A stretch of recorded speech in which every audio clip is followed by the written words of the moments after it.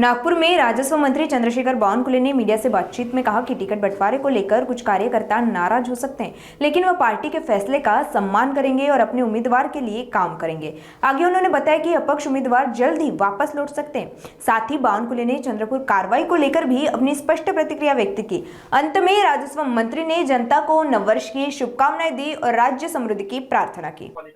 आमचा संदेश संकेत महायुतीचाच आहे, पण स्थानिक लेवलला काही त्या ठिकाणी कार्यकर्त्यांनी किंवा तिथल्या शिवसेना भाजपमध्ये आपसात न बसल्यामुळे काही ठिकाणी युती झाली नाही। पण राज्याचा जो काही चर्चा झाली आहे, राज्यात जे काही आम्ही एकत्र बसलेलो आहोत, माननीय देवेंद्रजी एकनाथजींनी युतीचे संकेत दिले आहे आणि त्यामुळे युतीमध्येच आम्ही त्या ठिकाणी जाणार आहोत। पण स्थानिक लेवलला मात्र कधी कधी वरच्या स्तरावर युती केल्यानंतरही खाली स्थानिक लेवलला काही त्या ठिकाणी अडचणी तयार होतात दोन्ही पक्षाकडनं। त्यामुळे कधी कधी महायुती त्या ठिकाणी तुटलेली आहे। तर मला असं वाटतं की आता जिल्हा परिषदला आम्ही पुन्हा एकत्र बसू। साधारण मला असं वाटतं जो काही निवडणूक आयोगाचा कार्यक्रम आला आहे त्यामध्ये 12 जिल्हा परिषदा तर 50% आतमध्ये आहे ओबीसीच्या, त्या निवडणूक आयोग केव्हाही घेऊ शकेल।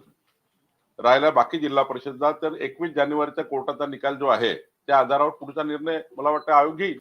परिवारातलेच लोक वाटतं नाही, आता या सर्व अपक्ष लढलेल्या भारतीय जनता पार्टीच्या कार्यकर्त्याशी नेत्याशी चर्चा आम्ही सर्व करणार आहोत आणि मला विश्वास आहे की आमचे कार्यकर्ते काही काळापुरते जर नाराज झाले असेल तर पुन्हा एकदा पक्षाचं काम करतील। बावनकुळे साहेब, अर्चना डेहनकर यांनी नाही, माननीय डेहनकरजी आणि आमच्या अर्चनाताई हे दोघेही निष्ठावान कार्यकर्ते आहेत, पण थोडे डेहनकरजी नाराज झाले आहे।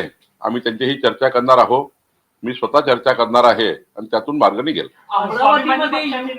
स्वाभिमानी पक्षाचे नेते राजू शेट्टी यांनी मुंबई महानगरपालिकेत महाविकास आघाडीला पाठिंबा दिलेला आहे। नाही, ठीक आहे, त्यांचा तो अधिकार आहे, त्यांचा अधिकार त्यांनी कसा वापरावा त्यांचा निर्णय आहे। पिंपरी चिंचवड मध्ये अजितदादा गट शिंदे सेनेसोबत एकत्र लढण्याची तयारी नाही, काही अडचण नाही। त्यांच्या पक्षाचा जो अधिकार आहे तो त्यांनी पूर्णपणे त्यांचा तो अधिकार आहे, त्यामुळे त्यांनी काय करावं यामध्ये मी भाष्य करणे योग्य नाही। पण भारतीय जनता पार्टी ज्या ठिकाणी लढत आहे त्या ठिकाणी आमचे उमेदवार पूर्ण क्षमतेने निवडून येतील, 51% मतं घेऊन निवडून येतील, ही तयारी भारतीय जनता पार्टीने केलेली आहे। आमच्या पक्षावर जनतेचा विश्वास आहे, महायुतीवर विश्वास आहे आणि त्यामुळं मला वाटतं की आम्ही चांगल्या पद्धतीने निवडून येऊ।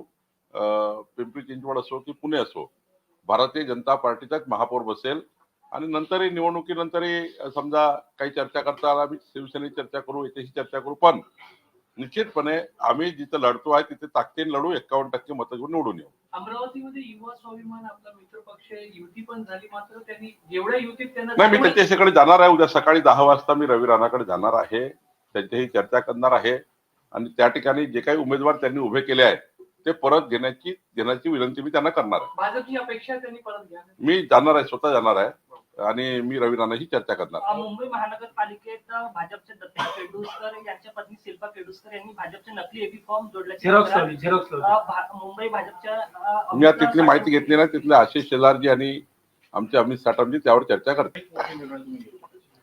आता जे निर्णय घेतलेले आहे जवळपास 50, 52, 53 निर्णय घेतलेले आहेत, त्या निर्णयाची अंमलबजावणी खाली करणे, जसं मुख्यमंत्री पानन रस्ते योजना, मुख्यमंत्री बळीराजा पानन रस्ते योजना, आता प्रत्येक एजओला आम्ही तिथलं सचिव केलेला आहे, आमदारांना अध्यक्ष केला आहे। या ठिकाणी योजना चालू करणे, तुकडेबंदी कायद्याने जे 60 लाख परिवाराला फायदा झाला तो परिवाराला झाला की नाही झाला याची उजळणी करणे। महाराष्ट्रातल्या 36 जिल्ह्यामध्ये महाराष्ट्राच्या 36 जिल्ह्यामध्ये आमचं महसूल खातं छत्रपती शिवाजी महाराजस्व अभियान करणार आहे, ज्यामध्ये एका जिल्ह्यातल्या सर्वच योजनाला घेऊन त्या जिल्ह्यात 10,000, 15,000 नागरिकांना पट्टे वाटपापासून तर पानन रस्त्यापर्यंत या शिबिराच्या माध्यमातून लाभ आम्ही देणार आहोत। मी स्वतः दिवसभर त्या जिल्ह्यात राहणार आहे आणि राहून छत्रपती शिवाजी महाराजस्व अभियानातल्या संपूर्ण लाभार्थ्यांना, शेतकऱ्यांना, शेतमजुरांना महसूल खात्याच्या माध्यमातून या ठिकाणी पूर्ण मदत लोकांना मिळाली पाहिजे हे करणार आहे। दुसरं जे क्लिष्ट कायदे आहे MLRC कोडमध्ये जे जमाबंदी आयुक्ताकडे आता मोजणी विभाग आहे आमच्याकडे, मोजणी ही किती लवकर होईल ती 15 दिवसात झाली पाहिजे अर्ज केल्याच्या. मुद्रांक खात्याकडे वन स्टेट वन रजिस्ट्रेशन कुठूनही कुठेही रजिस्ट्री करता आली पाहिजे. आणि आमचं जे खातं आहे महसूल कोर, या महसूल कोरमध्ये महसुली अधिनियम जे कालबाह्य झालेले आहेत, नवीन कायदे आणण्याची गरज आहे. ते कायदे आम्ही आणणार आहोत जेणेकरून जनतेला तहसीलदार एजीओच्या कार्यालयात जायची गरज नाही. घर बसल्या जनतेला आमचं खातं त्यांचा संपूर्ण अधिकार प्राप्त करून देणार आहे. आणि शेवटचं प्रामुख्याने या वर्षी व्हर्टिकल प्रॉपर्टी कार्ड म्हणजे फ्लॅट सी मध्ये राहणाऱ्या घरांना त्यांचं प्रॉपर्टी कार्ड देण्याचा निर्णय. आता यांच्याकडे रजिस्ट्री आहे फक्त प्रॉपर्टी कार्ड नाही आहे. त्यामुळे जेवढे बिल्डिंग मध्ये लोक राहत असतील त्या सर्वांना प्रॉपर्टी कार्ड देणे हाही एक महत्वाचा निर्णय आम्ही घेणार आहे. आणि सोबतच या राज्यामध्ये मायक्रो झोनिंग करणार आहे.